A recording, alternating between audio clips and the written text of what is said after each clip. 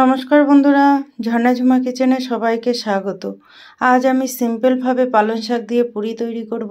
আর এখন শীত পড়ে গেছে, পালং শাকের পুরি খেতে খুবই ভালো লাগে। তো দেখেন আমি পালং শাকের পুরিটা কিভাবে তৈরি করেছি সেইটাই এখন আপনাদের সাথে শেয়ার করব। আর কতটা ফুলো ফুলো হয়েছে দেখেই বুঝতে পাচ্ছেন। তাহলে চলেন এখন রেসিপিটা বানানো শুরু করি। এখানে দেখেন আমি ধনেপাতা আর পালং শাক নিয়ে নিয়েছি, আর ধনেপাতা পালং শাক দুটোই আমি ধুয়ে নিয়ে নিয়েছি। এখন পেস্ট করে নেব। এখানে আমি মিক্সির জার নিয়ে নিয়েছি, আর মিক্সির জারের মধ্যে এখন আমি সব দিয়ে দেব। এখানে দেখেন প্রথমে আমি ধনেপাতাটা দিয়ে দিলাম, আর আমি এগুলো কাটলাম না, আপনারা চাইলে কেটে নিতে পারেন, আর আপনারা চাইলে কিন্তু সেদ্ধ করে পেস্ট করতে পারেন। আমি কাঁচাই পেস্ট করে নিচ্ছি।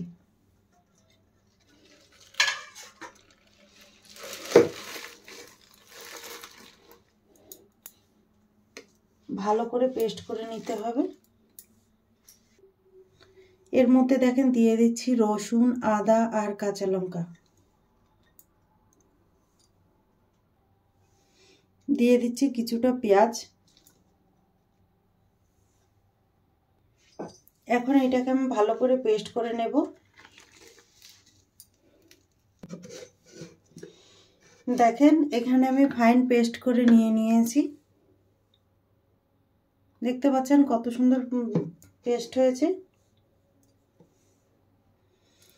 এখানে আমি দেখেন বাটিতে 3 কাপ আটা নিয়ে নিয়েছি। আমি আটা দিয়ে বানাচ্ছি, আপনারা চাইলে কিন্তু ময়দা দিয়েও তৈরি করতে পারেন। দিয়ে দিচ্ছি দেখেন পরিমাণ মতো নুন, দিয়ে দিলাম কিছুটা চিনি। পুরিতে একটু চিনি দিলে খেতে খুব ভালো লাগে। দিয়ে দিলাম কিছুটা দেখেন আজওয়ান।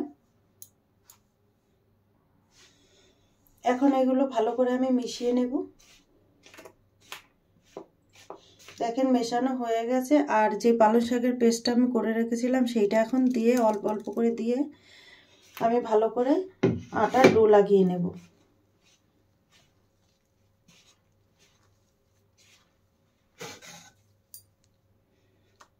দেখেন সবটা আমি ঢেলে দিলাম।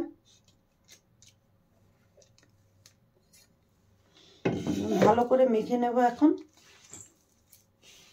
জলটা যদি লাগে তাহলে একটু দিতে পারেন।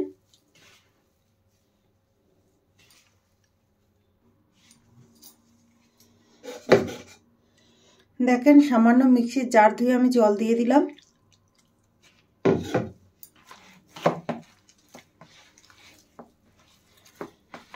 ভালো করে এখন সফট করে মেখে নিতে হবে।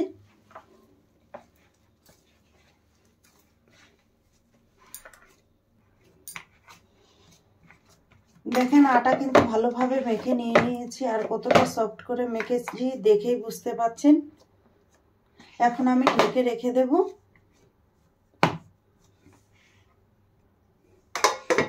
5 মিনিটের জন্য ঢেকে রাখছি যাতে আটাটা একটু সেট হয়ে যায়। এখন আমি দেখেন আটার ডোটা দেখে নেব।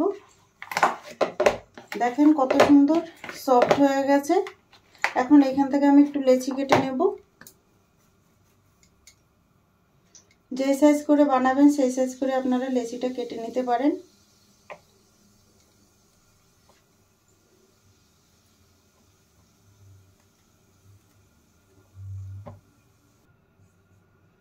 এখানে দেখেন বেলুন চাকি নিয়ে নিয়েছি, আর এখন আমি পুরি বানিয়ে নেব।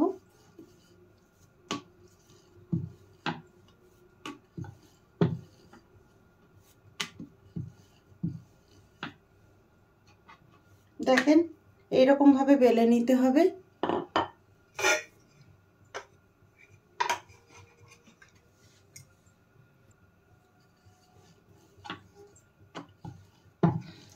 কয়েকটা আমি বেলে নেব এইভাবে।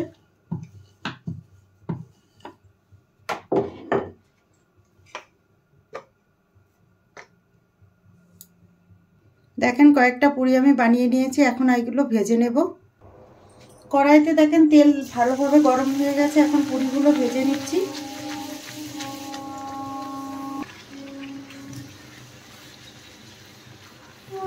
দেখেন উল্টে পাল্টে ভালো করে ভেজে নিচ্ছি, আর কতটা ফুলে গেছে দেখেই বুঝতে পারছেন।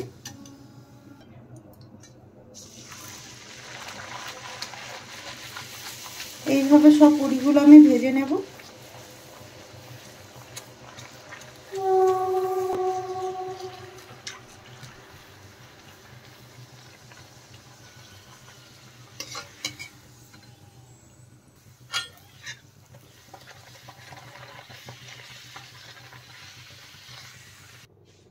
এখন আমি দেখেন এখানে প্লেটে নিয়ে নিচ্ছি।